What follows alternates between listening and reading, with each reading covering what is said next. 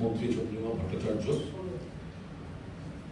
একটা বিষয় যেটা নিয়ে আপনাদের সামনে বলা, এই নির্বাচন কমিশন যত দিন যাচ্ছে নখ দাঁত বার করছে, তাদের অবজারভাররা যাদের পাঠিয়েছেন তারা চূড়ান্ত পক্ষপাত দুষ্ট, বিজেপির হয়ে দলদাসের মতো কেউ কেউ আচরণ করছেন। যারা প্রতিবাদ করছেন তাদের সরিয়ে দেওয়া হচ্ছে, অপমান করা হচ্ছে।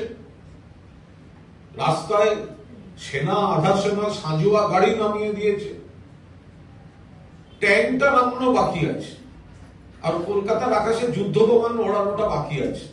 আমরা ওয়েলকাম করছি ইলেকশন কমিশনকে, একটু ট্যাঙ্কটাও দেখিয়ে দিন, একটু যুদ্ধ বিমানটাও দেখিয়ে দিন ভোটে।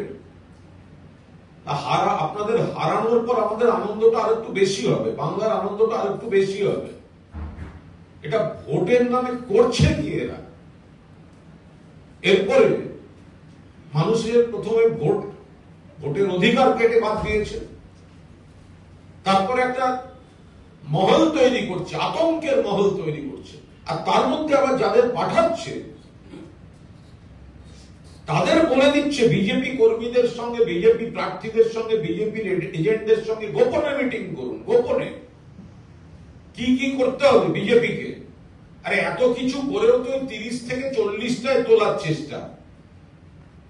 বিজেপি তো গোহারা হারছে, 250-এর বেশি সিট নিয়ে মমতা বন্দ্যোপাধ্যায় মাননীয় মুখ্যমন্ত্রী ফিরছেন। ডায়মন্ড হারবার একজন পুলিশ অবজারভার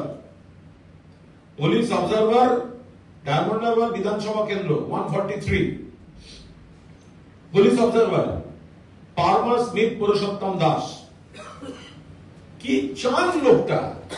পুলিশ অবজারভারের তো নিরপেক্ষ থাকার কথা, তার থাকার কথা আলিপুরে আইপিএস মেসে সরকারি আবাসনে ব্যবস্থা করা হয়েছিল, কারণ ওটা তো ব্যবস্থা হবে, একজন যিনি আসছেন তার বদলে তিনি যে সাগরিকা হোটেলে 208 নম্বর ঘরে গিয়ে উঠেছেন।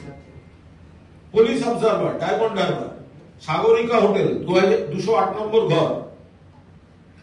ওই হোটেলে থাকার সময় দেখা যাচ্ছে তিনি 142 মগরাহাট পশ্চিম বিধানসভা কেন্দ্রে বিজেপি প্রার্থী গৌর ঘোষের সঙ্গে ব্যক্তিগত বৈঠক করছেন। আবার সেখানে দেখা যাচ্ছে বিজেপির প্রার্থী, বিজেপির এজেন্ট, তারা পুলিশ অবজারভারের সঙ্গে মিটিং করতে আসছে। এই যে গৌর ঘোষের সঙ্গে তিনি মিটিং করলেন, এই বৈঠকটা কোন অফিসিয়াল ডকুমেন্ট রাখলেন না, কিন্তু সেটা জানা গেল।